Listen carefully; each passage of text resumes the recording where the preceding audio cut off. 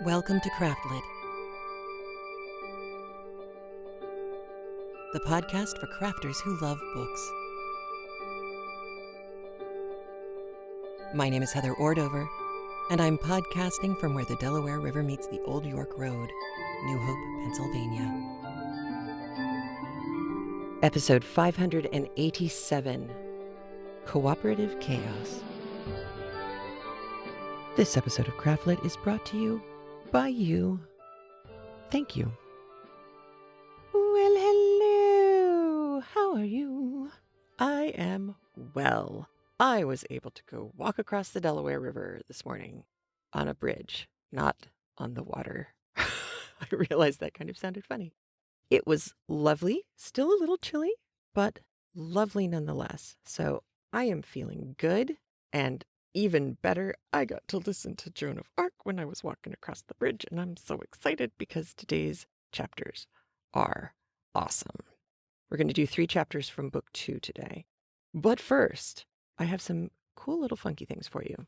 The first is why this episode is called Cooperative Chaos. It could have been called Creative Chaos. It could have been called many things. But what it is, you may remember, Thing 1, Aaron. I think last year, gosh, time just kind of merges itself together in these pandemic-y days. I think it was a year ago when Aaron read the book and then passed it on to me and everybody else I know, the book Humankind. This is a really, really lovely book by Rutger Bregman. And if you've ever been interested in, or if it's ever occurred to you, like, people don't really seem to be the horrible people that we have, quote unquote, learned that they are based on things like the Stanford experiment, where volunteers were asked to shock other people.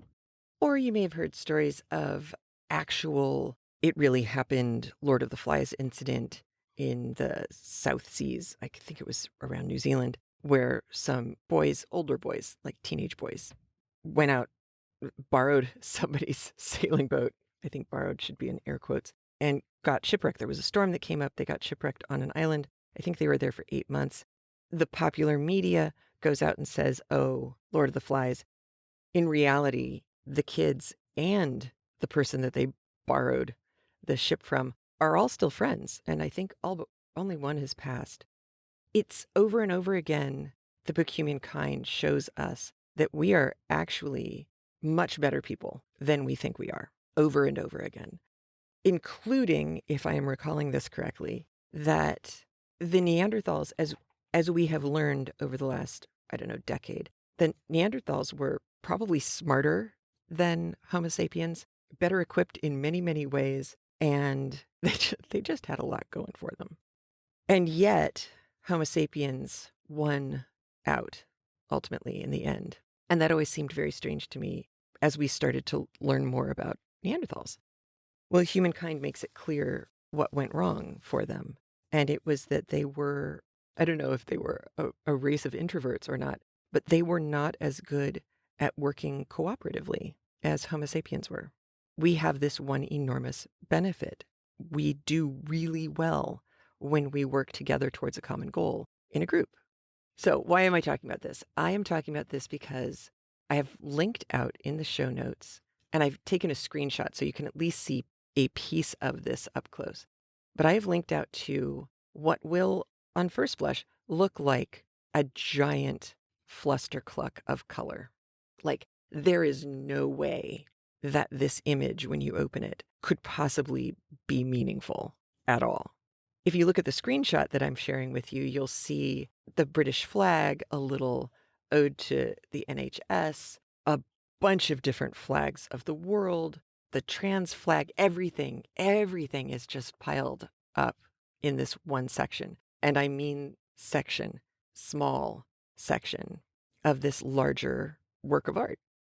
How did I find out about this? Aaron and I have been meeting regularly, and last week when we got on a Zoom call to meet up so he could show me what he's doing with his junior thesis film, which you will be able to see sometime mid-May, I think, he showed me this image and proceeded to tell me this story. From time to time, Reddit has opened a page on its server that people can populate with color, 1 pixel at a time, which means if you wanted to actually make a picture, you would have to work collaboratively with a lot of other people in order to build that picture. I think they had this up for 36 hours, maybe 36 hours. And of course, in the beginning, it was a cacophony of failure. No question. It was just a bunch of pictures and people kind of pranking other people and ruining the art that they were doing, which is very frustrating. And that's the kind of thing that drives me crazy. But slowly, maybe not so slowly if it was only 36 hours, gradually, what happened was the good people won. And they started policing and monitoring themselves. And groups of Redditors, people who are part of a subreddit like seals. There's a subreddit called Seals. All it is pictures of lovely, lovely, happy seals. That's it. So if you're ever having a really lousy day, go look at the subreddit for seals. Erin guarantees it will make you happy. I personally like otters. There's another very funny subreddit called Men Writing Women, which is just people sharing really horrible, just tragically comic descriptions of women written by men in novels. A lot of them, a shocking amount of them, are published, and some of them are really quite famous. Every once in a while, someone will post a Terry Pratchett quote to kind of be a palate cleanser, because Terry Pratchett wrote beautifully about women. And so every once in a while, you'll get one that's like, and just a reminder, here's how it should be done. Thank you, Sir Terry Pratchett. So these groups of people who are all part of different subreddits got together and started policing part of the terrain on this giant picture. And as it grew, the Redditors who were running the whole thing started expanding the canvas. And so what you wind up with is a freaking ginormous screen full of color and mess and beauty. Because when you scroll in close, like down in the lower left-hand corner, there's the cover art from The Little Prince that a group of somebody's made out of pixels. Nobody's names are on here. There's nothing that personalizes it or gives you a hint as to who did what where. Some subreddits are identified, and some of it, of course, is going to be vulgar. There are subreddits called things like F cars, except they don't say F. They just don't like cars, evidently, this group. But if you sit there, and if you are of the older persuasion, somewhat like me, I highly recommend that you sit down with a young person and have them scroll through with you, because they're going to identify some of the memes that are repeated over and over again. Visual memes that can be communicated in pixels. Because once you have somebody to kind of translate the terrain for you, it becomes even more impressive. It is the most lovely cooperative chaos I've seen. And it absolutely, to me, to Erin, proves the point that humankind was making, that we really are quite good at working together. And we are quite good at policing ourselves and allowing ourselves to say, no, that's not how we behave here. And sometimes I think we forget that we have that opportunity. So I just wanted to share that with you. I thought it was lovely and funny and a crazy kind of pick-me-up. So there is that for you to look at. Along with that, last week, Candy at the Thursday night Zoom, I think it was last week, mentioned a Speedweaver. And I thought she was talking about a weavette, the little square framed weaving platforms that you could use to create standalone things like patches and square things. And then you could stitch them all together and you'd have a blanket or a scarf or whatever. This is not true. A Speedweaver was actually a thing that was, I think it was invented in the 30s or 40s. I link out to one from the 50s so you can at least see what the original versions look like, because they are quite different from the versions that are being released now, both in quality and in kind of manufacturing details. That said, I did go online and purchase a modern one, and I have to say I am really impressed with the cleverness of the thing, and really, really embarrassed at myself because these things have been out there for a really long time, and I could have been darning socks so much more easily over the years. So, lesson learned. But I have linked out to examples of a vintage Speedweaver, and the originals are spelled SPEED dash WEVE. So it looks like Speedwev. The modern ones are usually referred to as Speedweavers, and they are all one word. There are many different variations on these. I am sure you know of others. Please feel free to share. And if you wanted to call in and send your Speedweaver stories, 206-350-1642. No obnoxious phone calls this week, so I don't have anything to share with you in that regard. But I have links out to a pattern book because it's basically just a regular old rigid heddle, just straight weaving, plain woven weaving. But because of that, depending on how you warp it, because you do have to warp it, although it's a much simpler application of warping than you would do on a rigid heddle loom. You can warp it in different ways to create herringbone patterns or many, many other patterns. And I've linked out to a pattern book, a couple of videos on how to do several patterns. And then I also have linked out to a video, just in case you're feeling like you need to have your mind blown by something else other than the Reddit image. There is a video on Kakitsugi fabric restoration. This is a Japanese technique for patching fabric. I think it's shown on a man's wool suit jacket where they are repairing a rather large rend or hole in the jacket. I watched the whole video a couple of weeks ago and I forgot to share it with you, so now I'm remembering. And now it seems to be kind of thematically linked with the Speedweaver stuff, so yay. Wow, I am just not the right person to do that kind of fabric restoration, but someone will be.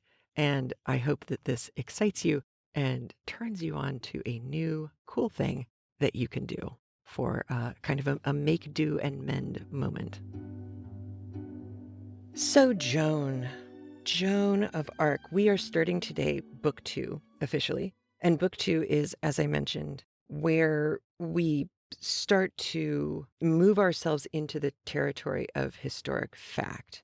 Now, there have been historic facts that Twain communicated to us during the first book, book 1. But now we're pretty much walking into a part of the book where anything that has to do with the kids from Domremy, that's still largely fictionalized, somewhat. Our narrator, Louis de Camp, is the stand-in for a real historical person, Louis de Coute, who was Joan of Arc's page. And he was about 14 or 15 years old when he was appointed to be Joan's page. He doesn't show up in the real narrative, the real true story of Joan's life, until she gets to Chignon, which isn't going to be for a little while. So our Louis narrator is still very much a fictionalized person, and there isn't a historical stand-in for him yet, or he's not a stand-in for a historical figure quite yet. So some of what he says and does is still fictionalized. Some of it is real and was just done by other people. I will do my best to alert you to when and where those things sub in and out for each other.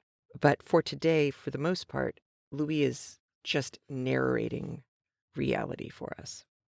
And because I know Tara does not like Mark Twain, I do want to preface today's chapter with this. Chapters 1 and 2 are very much part of the historical record, and there isn't very much fictionalizing that's going on. Chapter 3, there is a conversation that is clearly fictionalized. And again, anytime kids from Domremy show up, you can pretty much guarantee that whatever they're saying is Mark Twain's invention. And as a consequence, Chapter 3 sounds a lot more like traditional Twain. That said, the further we get into the story, the more and more clear it becomes that these village relations and friends of Joan's from her childhood, while they are definitely there for Mark Twain to use to give people some of the Twaininess that they would probably have expected when this book was released, they are also there in a emotion building way. We all know what's going to happen. Twain knows what's going to happen. And as a good writer and a writer who was writing in a time when melodrama was an art form or was growing into an art form, something that people actually liked and appreciated, you can kind of see the telltale signs that these people are being built into an emotional arc for this story. The facts are dry and factual, no less remarkable for all of that. And today you're going to hit some of the remarkable stuff, but they're still facts. Twain wants us to feel this story as well, as he quite clearly did. And so his use of these kids, and they're not really kids anymore, some of them are up in their late teens, early 20s, he's leveraging that. So from this point on out, even when they're being silly, there are reasons. And I was going to give you more details before we start listening, but I'm actually not going to. I'm going to fill you in on what you heard on the flip side. I'm going to let you listen, because there's nothing particularly confusing about today's chapters, but there is quite a bit that's amazing. So here we go with Personal Recollections of Joan of Arc by Mark Twain, Book 2, Chapters 1 through 3, read for us by John Greenman. All right, here we go.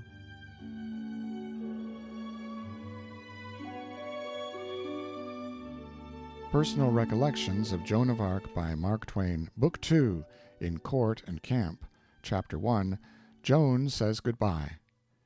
The 5th of January, 1429, Joan came to me with her uncle Laxart, and said, "The time is come.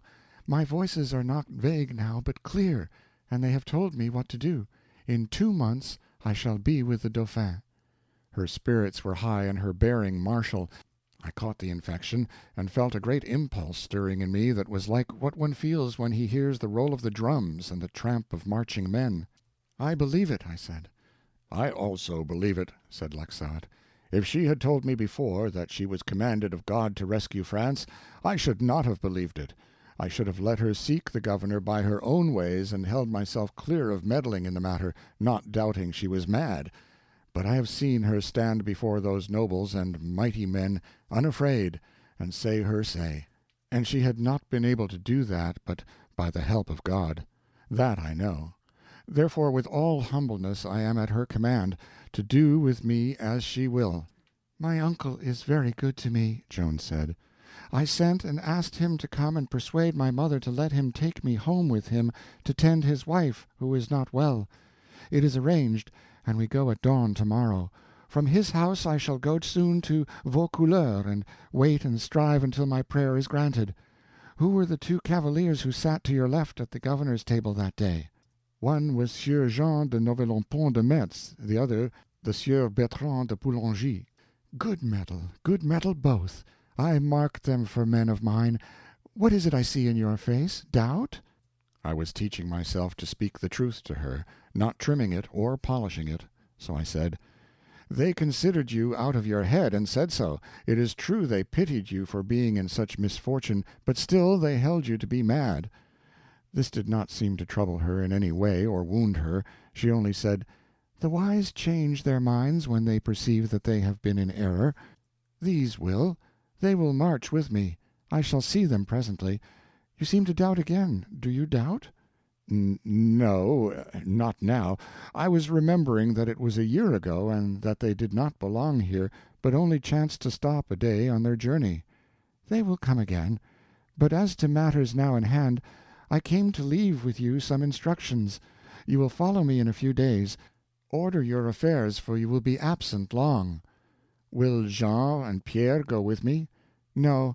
They would refuse now, but presently they will come, and with them they will bring my parents' blessing, and likewise their consent that I take up my mission. I shall be stronger then, stronger for that. For lack of it I am weak now." She paused a little while, and the tears gathered in her eyes. Then she went on, "I would say good-bye to little Mengette. Bring her outside the village at dawn. She must go with me a little of the way." "And Haumette?" She broke down and began to cry, saying, "No, oh no, she is too dear to me. I could not bear it, knowing I should never look upon her face again." Next morning I brought Mengette, and we 4 walked along the road in the cold dawn till the village was far behind. Then the 2 girls said their good-byes, clinging about each other's neck, and pouring out their grief in loving words and tears, a pitiful sight to see. And Joan took one long look back upon the distant village, and the fairy tree, and the oak forest, and the flowery plain, and the river, as if she was trying to print these scenes on her memory so that they would abide there always and not fade, for she knew she would not see them any more in this life. Then she turned and went from us, sobbing bitterly. It was her birthday and mine. She was 17 years old. End of Book 2, Chapter 1. Book 2, Chapter 2, The Governor Speeds Joan. After a few days, Laxart took Joan to Vaucouleurs and found lodging and guardianship for her with Catherine Royer, a wheelwright's wife, an honest and good woman. Joan went to Mass regularly. She helped to do the housework, earning her keep in that way, and if any wished to talk with her about her mission, and many did, she talked freely, making no concealments regarding the matter now. I was soon housed near by, and witnessed the effects which followed. At once the tidings spread that a young girl was come who was appointed of God to save France. The common people flocked in crowds to look at her and speak with her, and her fair young loveliness won the half of their belief, and her deep earnestness and transparent sincerity won the other half. The well-to-do remained away and scoffed, but that is their way. Next, a prophecy of Merlin's, more than 800 years old, was called to mind, which said that in a far future time France would be lost by a woman and restored by a woman. France was now, for the first time, lost, and by a woman, Isabel of Bavaria, her base queen. Doubtless this fair and pure young girl was commissioned of heaven to complete the prophecy. This gave the growing interest a new and powerful impulse. The excitement rose higher and higher, and hope and faith along with it. And so from Vaucouleurs wave after wave of this inspiring enthusiasm flowed out over the land, far and wide, invading all the villages, and refreshing and reviving the perishing children of France. And from these villages came people who wanted to see for themselves, hear for themselves, and they did see and hear and believe. They filled the town. They more than filled it. Inns and lodgings were packed, and yet half of the inflow had to go without shelter. And still they came, winter as it was, for when a man's soul is starving, what does he care for meat and roof? So he can but get that nobler hunger fed. Day after day, and still day after day, the great tide rose. Domremy was dazed, amazed, stupefied, and said to itself, "Was this world wonder in our familiar midst all these years, and we too dull to see it?" Jean and Pierre went out from the village, stared at and envied like the great and fortunate of the earth, and their progress to Vaucouleurs was like a triumph, all the countryside flocking to see and salute the brothers of one with whom angels had spoken face to face, and into whose hands, by command of God, they had delivered the destinies of France. The brothers brought the parents' blessing and Godspeed to Joan, and their promise to bring it to her in person later. And so, with this culminating happiness in her heart and the high hope it inspired, she went and confronted the governor again. But he was no more tractable than he had been before.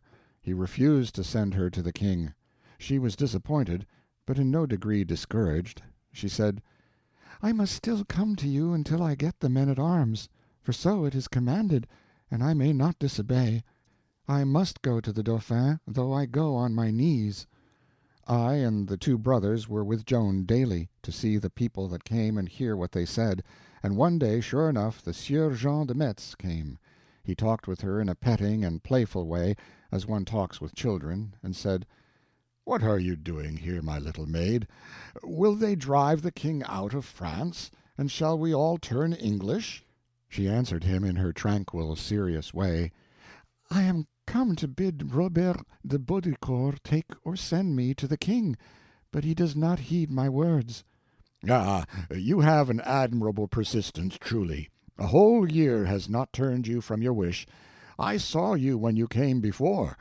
Joan said, as tranquilly as before, "It is not a wish, it is a purpose. He will grant it. I can wait." "Ah, perhaps it will not be wise to make too sure of that, my child. These governors are stubborn people to deal with. In case he shall not grant your prayer—" "He will grant it. He must. It is not a matter of choice." The gentleman's playful mood began to disappear. One could see that by his face. Joan's earnestness was affecting him. It always happened that people who began in jest with her ended by being in earnest. They soon began to perceive depths in her that they had not suspected, and then her manifest sincerity and the rock-like steadfastness of her convictions were forces which cowed levity, and it could not maintain its self-respect in their presence. The Sieur de Metz was thoughtful for a moment or two. Then he began, quite soberly: "Is it necessary that you go to the king soon? That is, I mean—" "Before mid-Lent, even though I wear away my legs to the knees." She said it with that sort of repressed fieriness that means so much when a person's heart is in a thing. You could see the response in that nobleman's face. You could see his eye light up.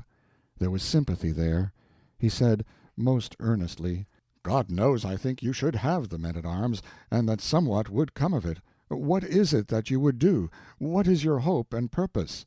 "To rescue France, and it is appointed that I shall do it, for no one else in the world, neither kings, nor dukes, nor any other, can recover the kingdom of France, and there is no help but in me." The words had a pleading and pathetic sound, and they touched that good nobleman. I saw it plainly. Joan dropped her voice a little and said: "But indeed I would rather spin with my poor mother, for this is not my calling, but I must go and do it, for it is my Lord's will." "Who is your Lord?" "He is God." Then the Sieur de Metz, following the impressive old feudal fashion, knelt and laid his hands within Joan's in sign of fealty, and made oath that by God's help he himself would take her to the king. The next day came the Sieur Bertrand de Poulengy, and he also pledged his oath and knightly honor to abide with her and follow whithersoever she might lead. This day, too, toward evening, a great rumor went flying abroad through the town, namely, that the very governor himself was going to visit the young girl in her humble lodgings. So in the morning the streets and lanes were packed with people waiting to see if this strange thing would indeed happen. And happen it did. The governor rode in state, attended by his guards, and the news of it went everywhere, and made a great sensation, and modified the scoffings of the people of quality, and raised Joan's credit higher than ever.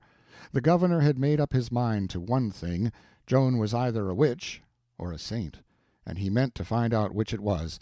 So he brought a priest with him to exorcise the devil that was in her in case there was one there. The priest performed his office, but found no devil. He merely hurt Joan's feelings and offended her piety without need, for he had already confessed her before this, and should have known, if he knew anything, that devils cannot abide the confessional, but utter cries of anguish and the most profane and furious cursings whenever they are confronted with that holy office.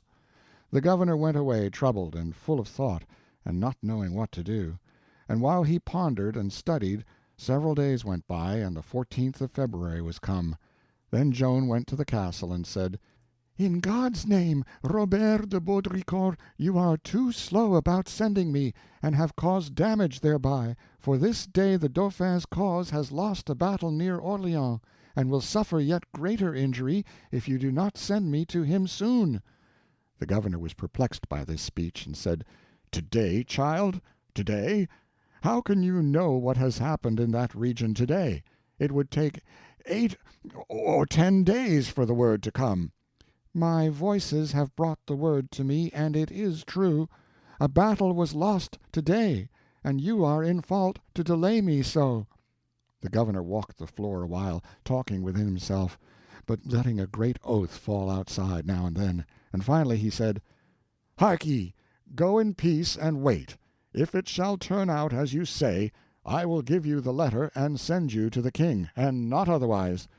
Joan said with fervor: "Now God be thanked, these waiting days are almost done. In 9 days you will fetch me the letter." Already the people of Vaucouleurs had given her a horse, and had armed and equipped her as a soldier. She got no chance to try the horse and see if she could ride it, for her great first duty was to abide at her post and lift up the hopes and spirits of all who would come to talk with her, and prepare them to help in the rescue and regeneration of the kingdom. This occupied every waking moment she had, but it was no matter. There was nothing she could not learn, and in the briefest time, too. Her horse would find this out in the first hour. Meantime the brothers and I took the horse in turn and began to learn to ride, and we had teaching in the use of the sword, and other arms also. On the 20th Joan called her small army together, the 2 knights and her 2 brothers and me, for a private council of war. No, it was not a council, that is not the right name, for she did not consult with us, she merely gave us orders. She mapped out the course she would travel toward the king, and did it like a person perfectly versed in geography, and this itinerary of daily marches was so arranged as to avoid here and there peculiarly dangerous regions by flank movements, which showed that she knew her political geography as intimately as she knew her physical geography. Yet she had never had a day's schooling, of course, and was without education. I was astonished, but thought her voices must have taught her. But upon reflection I saw that this was not so. By her references to what this and that and the other person had told her, I perceived that she had been diligently questioning those crowds of visiting strangers, and that out of them she had patiently dug all this mass of invaluable knowledge. The 2 knights were filled with wonder at her good sense and sagacity. She commanded us to make preparations to travel by night and sleep by day in concealment, as almost the whole of our long journey would be through the enemy's country. Also she commanded that we should keep the date of our departure a secret, since she meant to get away unobserved. Otherwise she would be sent off with a grand demonstration which would advertise us to the enemy, and we should be ambushed and captured somewhere. Finally she said, "Nothing remains now but that I confide to you the date of our departure, so that you may make all needful preparation in time, leaving nothing to be done in haste and badly at the last moment. We march the 23rd, at 11 of the clock at night." Then we were dismissed. The 2 knights were startled, yes, and troubled, and Sieur Bertrand said, "Even if the governor shall really furnish the letter and the escort, he still may not do it in time to meet the date she has chosen. Then how can she venture to name that date? It is a great risk to select and decide upon the date, in this state of uncertainty." I said, "Since she has named the 23rd, we may trust her. The voices have told her, I think. We shall do best to obey." We did obey. Joan's parents were notified to come before the 23rd, but prudence forbade that they be told why this limit was named. All day the 23rd she glanced up wistfully whenever new bodies of strangers entered the house, but her parents did not appear. Still she was not discouraged, but hoped on.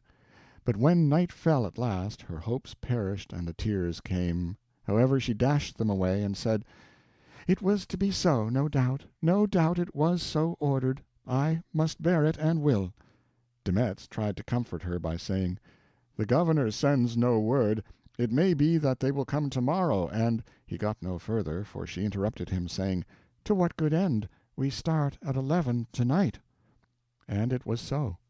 At 10 the governor came, with his guard and arms, with horses and equipment for me and for the brothers, and gave Joan a letter to the king. Then he took off his sword and belted it about her waist with his own hands, and said, "You said true, child. The battle was lost on the day you said, so I have kept my word. Now go, come of it what may." Joan gave him thanks, and he went his way. The lost battle was the famous disaster that is called in history the Battle of the Herrings. All the lights in the house were at once put out, and a little while after, when the streets had become dark and still, we crept stealthily through them and out at the western gate, and rode away under whip and spur. End of Chapter 2. Chapter 3. The Paladin Groans and Boasts. We were 25 strong and well equipped. We rode in double file, Joan and her brothers in the center of the column, with Jean de Metz at the head of it and the Sieur Bertrand at its extreme rear. In 2 or 3 hours we should be in the enemy's country, and then none would venture to desert. By and by we began to hear groans and sobs and execrations from different points along the line, and upon inquiry found that 6 of our men were peasants who had never ridden a horse before, and were finding it very difficult to stay in their saddles, and moreover were now beginning to suffer considerable bodily torture. They had been seized by the governor at the last moment and pressed into the service to make up the tale, and he had placed a veteran alongside of each with orders to help him stick to the saddle and kill him if he tried to desert.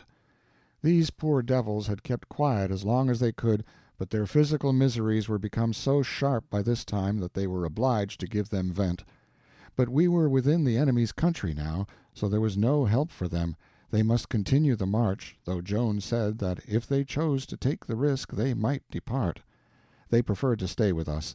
We modified our pace now and moved cautiously, and the new men were warned to keep their sorrows to themselves and not get the command into danger with their curses and lamentations. Toward dawn we rode deep into a forest, and soon all but the sentries were sound asleep in spite of the cold ground and the frosty air. I woke at noon, out of such a solid and stupefying sleep that at first my wits were all astray, and I did not know where I was, nor what had been happening. Then my senses cleared, and I remembered. As I lay there, thinking over the strange events of the past month or two, the thought came into my mind, greatly surprising me, that one of Joan's prophecies had failed. For where were Noel and the Paladin, who were to join us at the 11th hour? By this time, you see, I had gotten used to expecting everything Joan said to come true. So, being disturbed and troubled by these thoughts, I opened my eyes. Well, there stood the Paladin leaning against a tree and looking down on me. How often that happens! You think of a person or speak of a person, and there he stands before you, and you not dreaming he is near. It looks as if his being near is really the thing that makes you think of him, and not just an accident, as people imagine. Well, be that as it may, there was the Paladin, anyway, looking down in my face and waiting for me to wake. I was ever so glad to see him, and jumped up and shook him by the hand, and led him a little way from the camp, he limping like a cripple, and told him to sit down, and said, "Now where have you dropped down from, and how did you happen to light in this place? And what do the soldier clothes mean? Tell me all about it." He answered, "I marched with you last night." "No!" To myself I said, "The prophecy has not all failed. Half of it has come true." "Yes, I did. I hurried up from Domremy to join, and was within a half a minute of being too late. In fact, I was too late, but I begged so hard that the governor was touched by my brave devotion to my country's cause, those are the words he used, and so he yielded and allowed me to come." I thought to myself, this is a lie. He is one of those 6 the governor recruited by force at the last moment. I know it, for Joan's prophecy said he would join at the 11th hour, but not by his own desire. Then I said aloud, "I am glad you came. It is a noble cause, and one should not sit at home in times like these." "Sit at home! I could no more do it than the thunderstone could stay hid in the clouds when the storm calls it." "That is the right talk. It sounds like you." That pleased him. "I am glad you know me. Some don't, but they will presently. They will know me well enough before I get done with this war." "That is what I think. I believe that wherever danger confronts you, you will make yourself conspicuous." He was charmed with this speech, and it swelled him up like a bladder. He said, "If I know myself, and I think I do, my performances in this campaign will give you occasion more than once to remember those words." "I were a fool to doubt it, that I know." "I shall not be at my best, being but a common soldier. Still, the country will hear of me. If I were where I belong, if I were in the place of La Hire, or Saintré, or the Bastard of Orleans, well, I say nothing. I am not of the talking kind, like Noel Raguesson and his sort, I thank God. But it will be something, I take it, a novelty in this world, I should say, to raise the fame of a private soldier above theirs, and extinguish the glory of their names with its shadow." "Why, look here, my friend," I said, "do you know that you have hit out a most remarkable idea there? Do you realize the gigantic proportions of it? For, look you, to be a general of vast renown, what is that? Nothing. History is clogged and confused with them. One cannot keep their names in his memory, there are so many. But a common soldier of supreme renown, why, he would stand alone. He would be the one moon in a firmament of mustard-seed stars. His name would outlast the human race. My friend, who gave you that idea?" He was ready to burst with happiness, but he suppressed betrayal of it as well as he could. He simply waved the compliment aside with his hand, and said with complacency, It is nothing. I have them often, ideas like that, and even greater ones. I do not consider this one much." "You astonish me. You do, indeed. So it is really your own?" "Quite. And there is plenty more where it came from," tapping his head with his finger, and taking occasion at the same time to cant his morion over his right ear, which gave him a very self-satisfied air. "I do not need to borrow my ideas like Noel Rainguesson." "Speaking of Noel, when did you see him last?" "Half an hour ago. He is sleeping yonder like a corpse. Rode with us last night." I felt a great upleap in my heart, and said to myself, "Now I am at rest and glad. I will never doubt her prophecies again." Then I said aloud, "It gives me joy. It makes me proud of our village. There is not keeping our Lionhearts at home in these great times, I see that." "Lionheart? Who? That baby? Why, he begged like a dog to be let off, cried, and said he wanted to go to his mother. Him a Lionheart? That tumble-bug?" "Dear me, why, I supposed he volunteered, of course, didn't he?" "Oh, yes, he volunteered the way people do to the headsman. Why, when he found I was coming up from Domremy to volunteer, he asked me to let him come along in my protection, and see the crowds and the excitement.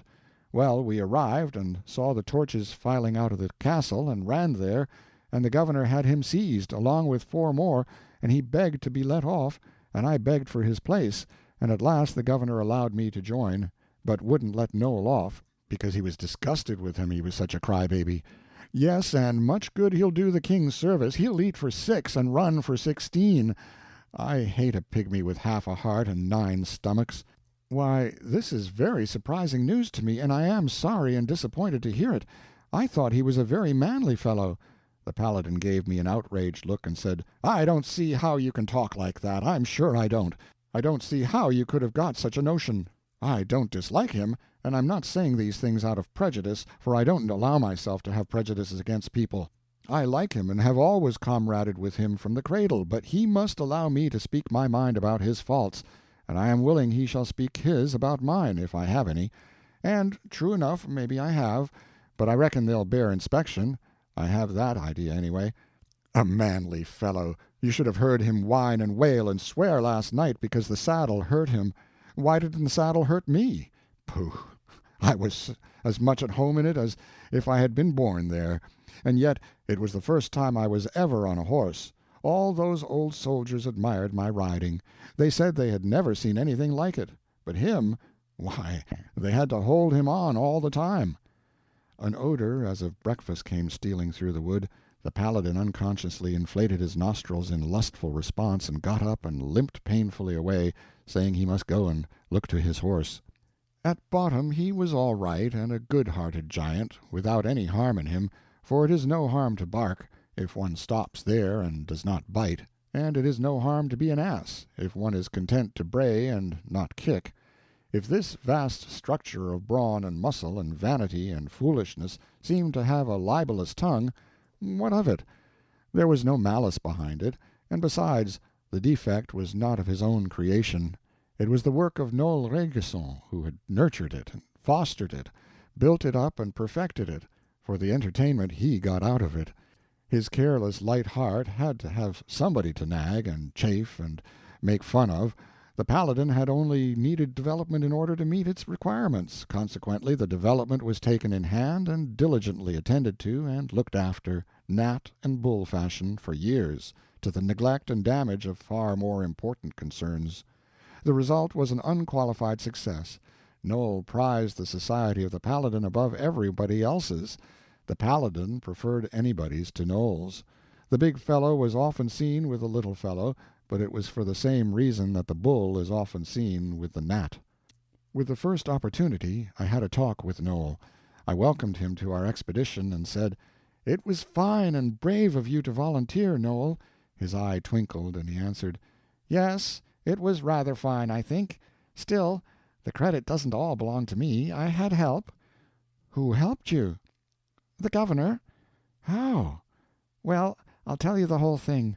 I came up from Domremy to see the crowds and the general show, for I hadn't ever had any experience of such things, of course, and this was a great opportunity. But I hadn't any mind to volunteer. I overtook the Paladin on the road, and let him have my company the rest of the way, although he did not want it and said so, and while we were gawking and blinking in the glare of the governor's torches, they seized us and 4 more and added us to the escort, and that is really how I came to volunteer. But, after all, I wasn't sorry, remembering how dull life would have been in the village without the Paladin. How did you feel about it? Was he satisfied? I think he was glad. Why? Because he said he wasn't.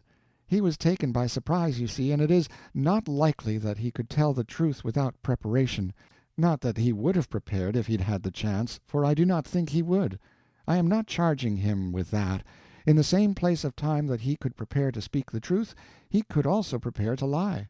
Besides, his judgment would be cool then, and would warn him against fooling with new methods in an emergency. No, I am sure he was glad, because he said he wasn't. Do you think he was very glad? Yes, I know he was. He begged like a slave, and bawled for his mother. He said his health was delicate, and he didn't know how to ride a horse, and he knew he couldn't outlive the first march. But really he wasn't looking as delicate as he was feeling. There was a cask of wine there, a proper lift for 4 men. The governor's temper got afire, and he delivered an oath at him that knocked up the dust where it struck the ground, and told him to shoulder that cask, or he would carve him to cutlets and send him home in a basket. The Paladin did it, and that secured his promotion to a privacy in the escort without any further debate. Yes, you seem to make it quite plain that he was glad to join, that is, if your premises are right that you start from. How did he stand the march last night? About as I did. If he had made the more noise, it was the privilege of his bulk. We stayed in our saddles because we had help. We are equally lame today, and if he likes to sit down, let him. I prefer to stand. End of chapter 3. All right, so let's go back to the beginning of Book 2. We are given a date at the beginning. So now it's no longer births and deaths. Now we have a date of Joan becoming Joan, historical record. January 5th, 1429. Joan's voices have finally given her clear guidance. She is to go back to Vaucouleurs with her uncle and basically rally the troops, get a force together, and go save the Dauphin. And, of course, the other little tidbit here is that the next day she turns 17. So all of that groundwork gets laid for us in that first chapter. Once we get into Book 2, Chapter 2, which is a much longer chapter, we then get a lot of information. So the true parts. Joan did do this. This did happen. And from several different historical records, it did happen this way. She goes to Vaucouleurs with her uncle. She is housed with the wheelwright's wife, and she does help the women keep house to pay for her room and board. There was a prophecy, actually there were probably several different prophecies, that had been spinning around France for at least the duration of the 100 Years' War. The fact that it was attributed to Merlin may have more to do with the Venerable Bede than anyone else, because the Venerable Bede is one of the sources, written sources, for this prediction that France would be lost by a woman and saved by a maid, or virgin. It goes back and forth. So that's true. How it gets attributed to Merlin, I don't know. I think it's kind of like us saying, oh, that was a prediction of Nostradamus, when we really don't know, but it seems like it was a prediction that Nostradamus would have said. Merlin, I think, was a catch-all for, oh, well, that must have been by him kind of thing. But Joan did have to stay there for a while, and she did have to grow her base, really. It wasn't just rallying the troops. It was getting people to believe her that she wasn't just a nutball. And the thing that blows my mind is that she did do that. So you got this 17-year-old diminutive kid who convinces an entire city that she is going to lead France to victory, end the 100 Years' War, crown the Dauphin, and she's going to be at the head of the army. Now, she is not wearing pants at this point. She is not wearing armor. She is still in a dress. And she manages to convince everybody to the point that the governor, who at first is like, yeah, kid, you're bothering me, get out of here, comes back, as in the book, and says, okay, kid, when we talked last time, I said, basically, there is no chance you are going to get this thing off the ground. And she did, in fact, predict that that day, the day that she was speaking to him, was the day that the French had lost the Battle of the Herring, which I will talk to you about in a moment. That happened. It also happened that he came back to her and said, okay, babe, we just got word that the day I was talking to you before, that actually did happen. That loss occurred on the day you told us it was happening. So, yeah, I'm with you. Here, guys, horses, supplies. You're going to have to travel through British territory by night to get to where you need to go to meet with the Dauphin. So, knock yourselves out, kid. And all of that just on this one piece of proof for him, but this massive claim by Joan. And it really happened. These things, the thing that I find so interesting about all of this that clearly jazzed Mark Twain as well, is all of this is written down in different locations. There are different contemporaneous people writing about her and these events all at the same time. And I know I have said that before. I am still just so gobsmacked about the whole thing. I love when things like this happen. It is so cool. So there is that. So the governor of Vaucouleurs, Robert de Baudricourt, did give his sword to Joan, gave her 25 guys, and said, Godspeed, kid. Her brothers, Jacques and Jean, they both did go with her. One of her brothers was with her when she was captured, eventually. I guess part of me can see like a village that believes in prophecies and is probably kind of superstitious and whatever. I can see somebody really charismatic getting some kind of a turnaround from people and getting people to buy into it. I have a hard time seeing someone's brothers follow them when it looks like they're all talking to a crazy person. But her brothers followed her from this point on. They don't go away. They are with her the whole time. Mind-blowing. At the beginning of chapter 3, we are told that Jean de Metz accompanies Joan. He's leading the group, and there's another guy at the back making sure that there aren't any deserters. Jean de Metz is a real guy. He was Joan's first knight to follow her. So, super important guy as far as Joan goes. When he met her the first time, he pledged his loyalty to her. He promised to escort her to the Dauphin and stuck with her. So the kid is just racking up the followers at this point.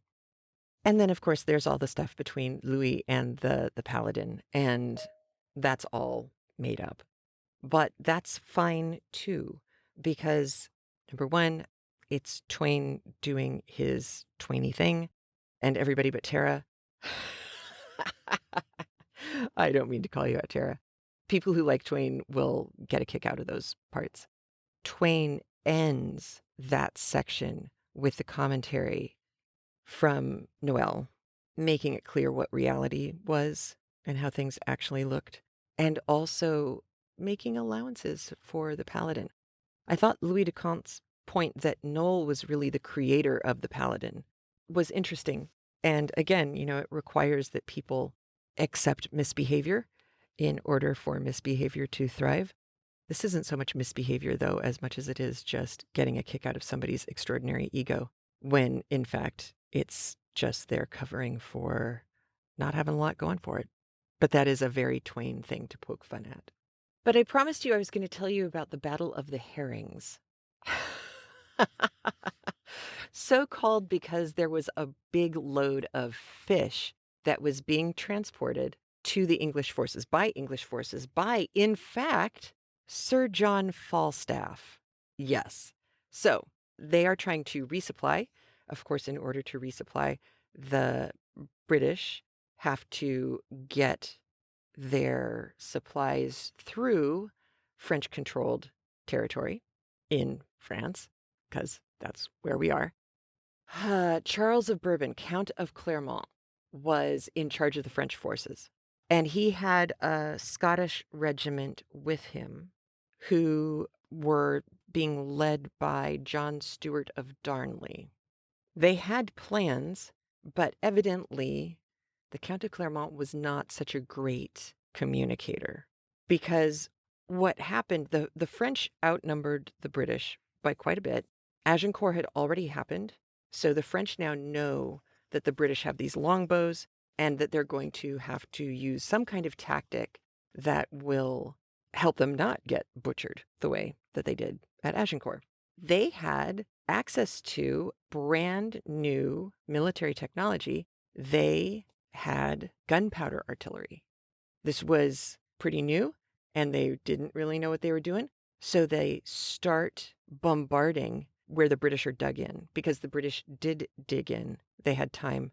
They used the wagons that had all the food in it, including the herrings. They circled the wagons and they put, sharpened sticks, sharpened poles in the ground to prevent people running at those wagons. Kind of standard issue. You've probably seen it in many movies set up. The French bombardment of the British was working. Now, this is all written about in a journal. There's a written text, a journal that was contemporaneously written, the Journal of the Siege of Orleans. And the French were doing pretty well. And then the Scottish, either because this wasn't planned very well or because there was a lack of communication at the time, it's hard to know because people died.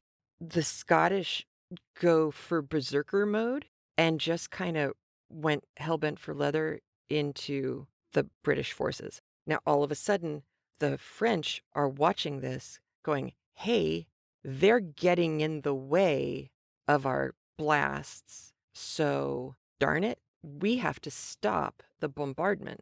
The contemporaries of the time and military historians since have pretty much agreed that fact, the fact that they had to stop the bombardment early, is what led to the defeat of the French, because the English were able to regroup and then they were able to outflank the French.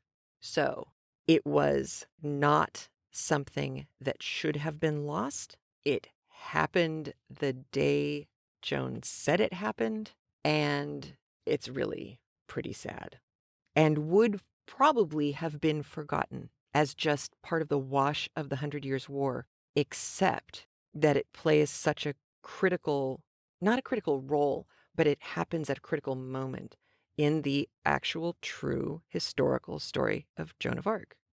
So that's why we even have paid attention to this battle, is because this is the one that Joan pointed to and said, why are you not arming me and sending me out now? This battle was just lost, and worse is going to happen if you don't get me on the road.